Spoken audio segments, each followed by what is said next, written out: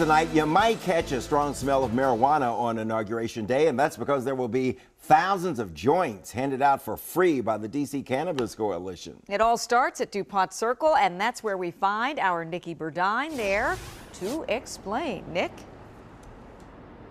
At 8 o'clock in the morning on Inauguration Day, the D.C. Cannabis Coalition will be handing out thousands of joints, all for free, right here on the west side of DuPont Circle. Now, they tell me this is all in protest, but the real protest will begin as they march all the way down to the National Mall, where they plan to, quote, stink up the inauguration. Here at the Cannabis Coalition in Northwest D.C., rolling papers and marijuana replace poster boards and Sharpies. This is their protest preparation. The main message is it's time to legalize cannabis at the federal level.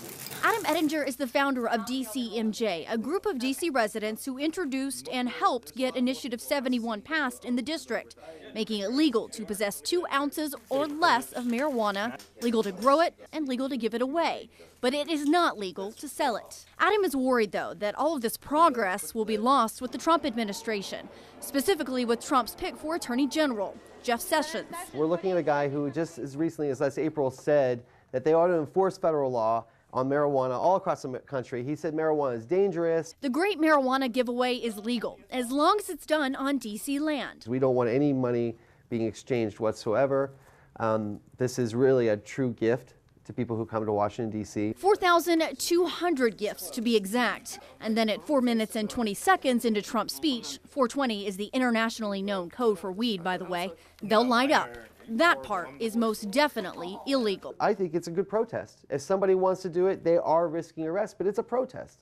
And you know what? The National Mall is a place for protest. Adams says this is not an anti-Trump event or even an attempt at disrupting the ceremony. Everyone is welcome. If there's people from Texas, some cowboy fan who's walking down the street with a big cowboy hat and a fur coat, and he walks up to our demonstration, I want him to feel welcome coming to Washington, D.C. Now, if you plan on coming out here on inauguration morning, you need to be careful, because if you take one of those free joints and you're standing right here where I am right now on the west side of DuPont Circle, you're in the clear. You're not breaking the law. But if you walk right behind me and you stand actually on DuPont Circle, there you're breaking federal law. So be careful of that if you plan on coming out here at 8 o'clock in the morning on January 20th. We're live on DuPont Circle. I'm Nikki Burdine, WUSA 9.